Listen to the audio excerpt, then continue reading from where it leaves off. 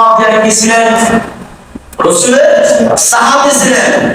আমিরে মুআবিয়া শুধু সাহাবী ছিলেন না, তিনি জলিল কদর সাহাবী ছিলেন, রাসূলের অত্যন্ত কাছের সাহাবী ছিলেন, অত্যন্ত মুহাব্বতের সাহাবী ছিলেন। সুবহানাল্লাহ। রাসূল জিজ্ঞাসা করলেন, হে আমিরে মুআবিয়া, আমার বংশ, আমার নাতি, আমার বংশরা তোমার কাছ থেকে আমার বংশরা নির্বংশ হয়ে যাবে।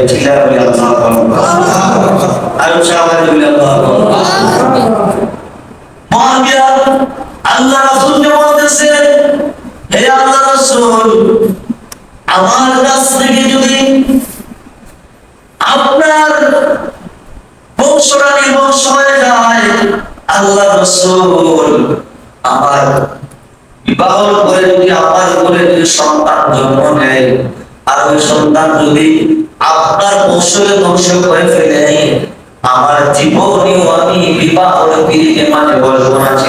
আল্লাহু আকবার।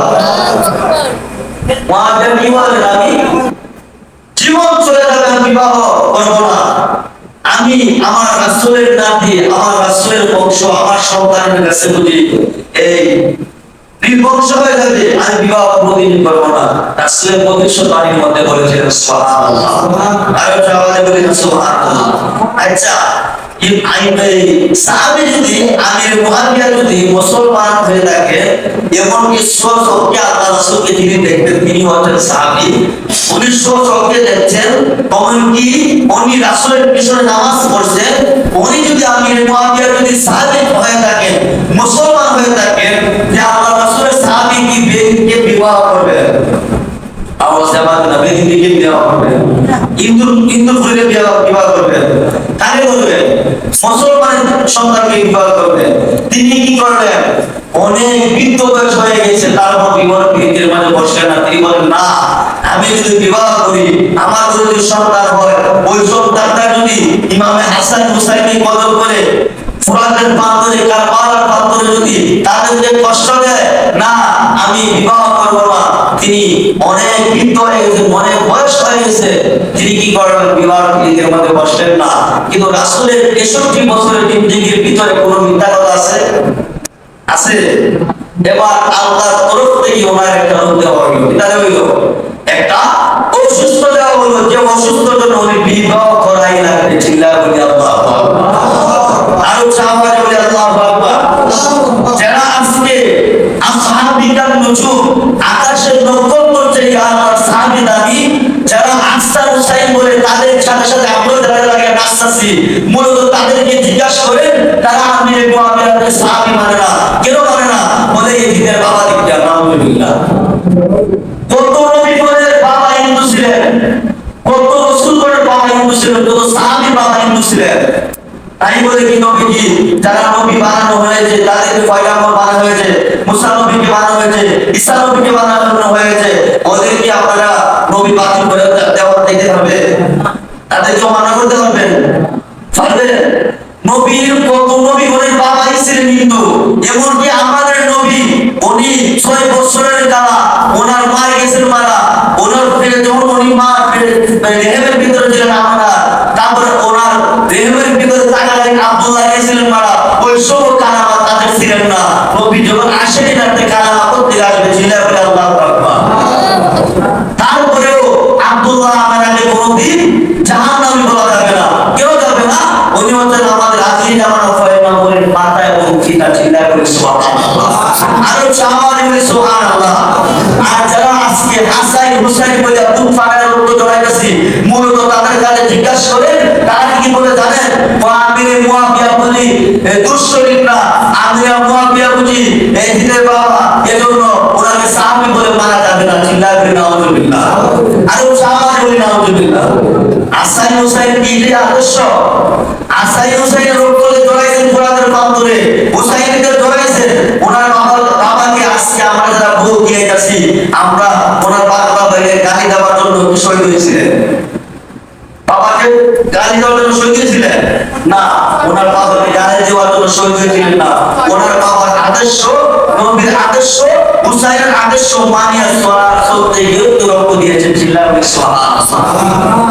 আর যে মহিলাটা আমাকে প্রশ্ন করলো, বলে যে বেদিনের মা রোজা রাখছে, অর্থাৎ সীমার যে খেলাচুরি চালাইছিল, সীমার খেলা চালাইছিল, সীমারে চালাইছিল, সীমারের মা বেদি ছিল, ঠিক আছে না? উহুদ কে দিয়েছিল? বেদি দিয়েছিল না, সীমার কে উহুদ কে দিয়েছে? এদিকে দিয়েছে। এদিনের মা হচ্ছে আসহাবিকা নজুম, সাহাবীদেরকে বলা হয়, অর্থাৎ মুয়াবিয়ার স্ত্রী, উনি হচ্ছেন এদিনের মা, উনি হচ্ছেন মুসলমান, এই ছিল নিষ্পাপ। উনি যুবতী মহিলা, বিবাহ করেছিলেন না, মনে ভেবে নিয়েছিলেন আল্লাহ যদি আমাকে রূপ দিয়েছেন, আমি বিবাহ করার পরে যাতে সন্তান না হয়, আমি যেন নিঃসন্তান থাকি, যাতে আমার রাসূলের বংশ থাকে, নির্বংশ যেন না হয়। কি করলেন? যুবতী মহিলা বিয়ে না করে বৃদ্ধ মহিলাকে বিয়ে করলেন, তারপরেও তারা করে সন্তান জন্ম নিল। কেন নিল? রাসূলের ভবিষ্যতে যা বলবে তাই করবে, 63 জিন্দেগির ভিতরে রাসূলের কোনো মিথ্যা কথা নাই। সুবহানাল্লাহ। আর চাওয়াজে দুইটা সুবহানাল্লাহ। তাহলে আজকে আমরা যারা ইমামে হাসান হুসাইনকে মানতে চাই, কিভাবে মানবো? কোরআন তেলাওয়াত করব। কি করব? কোরআন তেলাওয়াত করব, নামাজ পড়ব, রোজা রাখবো, আপনি যাকাত দিবেন। ওইগুলো হচ্ছে রাসূলের হুসাইনের আদর্শ। আর হুসাইনের আদর্শ বলতে রাসূলের আদর্শ, আর রাসূলের আদর্শ বলতে জান্নাত লাভ করা। চিল্লায়ে বলি সুবহানাল্লাহ। আর সাহাবায়ে বলি সুবহানাল্লাহ। আজকে দেখেন যারা 10 মুহররম পালন করেছিল, 11 তারিখ দেখবেন তাদের রোজা নাই, তাদের হজ নাই, তাদের যাকাত নাই, তারা কিছু মতে নাই, তাদের মাথার টুপি নাই, তারা ইমামে হাসান হুসাইন বলে গলা ফাড়াইয়া বুক ফাড়াইয়া বিলাইছিল, এমন তো নামাজও নাই, এমনকি হুসাইনের নাম হয় 11 তারিখ, এত গায়ে থাকবে। কিন্তু 10 মুহররম আসলে বুক ফাড়াইয়া গলা ফাড়াইয়া রোজা নাই, কিছু নাই, তাদের মুখে আসে কি জানেন? বুঝতে আসে নাউযুবিল্লাহি মিন যালিক, বুঝতে আসে বলে কি হয় জানেন? কবিরা গুনাহ হয়ে যায়। রাসূলের উম্মত হিসেবে আমরা আমাদের একজন আরেকজনের নাম বিজ্ঞান কবিরা গুনাহ দেখা যাইতেছে। যাদের জন্য ইসলাম কায়েম হয়েছে, ইসলাম জিন্দা ও কারবালাকে ওয়াসতে, কারবালার জন্য ইসলাম আল্লাহ রাসূল জিন্দা করেছেন। ওই কারবালার প্রান্তরে ইমামে হুসাইন হাসাইনের জন্য, যাদের জন্য ইসলাম পাইছি, তাদেরকে আমরা নাকি বুঝতে পারছেন নাউযুবিল্লাহি মিন যালিক। অর্থাৎ কোরআনের মধ্যে আল্লাহ রাসূল ঘোষণা করেন, জাযাউকুম ইনদা রাব্বি জান্নাতু আদনিন তাজরি মিন তাহতিল আনহার খালিদিনা ফিহা আবাদা রাদিয়াল্লাহু আনহুম ওয়া রাদু আন। রাসূলের সাহাবী এমনকি রাসূলের দাদিগণ ওদের নামের সাথে রাদিয়াল্লাহু তাআলা আনহু বলতে হয়েছিল। সুবহানাল্লাহ। আরো চাওয়ালে বলি সুবহানাল্লাহ। যাই হোক, আল্লাহ রাব্বুল আলামিন ওই সমস্ত কুসংস্কার থেকে আপনাকে আমাকে যেন আল্লাহ বিরত রাখেন, সেই তৌফিক যেন আল্লাহ দান করেন। আর পবিত্র মাহে মুহররম 10 দিন 12 দিন চলে গেছে, আরো তো বিগত 18 দিন 19 দিন 17 দিন রয়েছে। আমরা ইবাদতের দিন রয়ে গেছে না, আমরা ইবাদতের দিন রয়ে গেছে 10 দিন যেভাবে ইবাদত করলে সব হয়, বাকি আরো 20 দিন করলে সেমই সব হয়। এজন্য আমি সকলের জন্য অনুরোধ করব, বেশি বেশি করে কোরআন তেলাওয়াত করব, নামাজ পড়ব,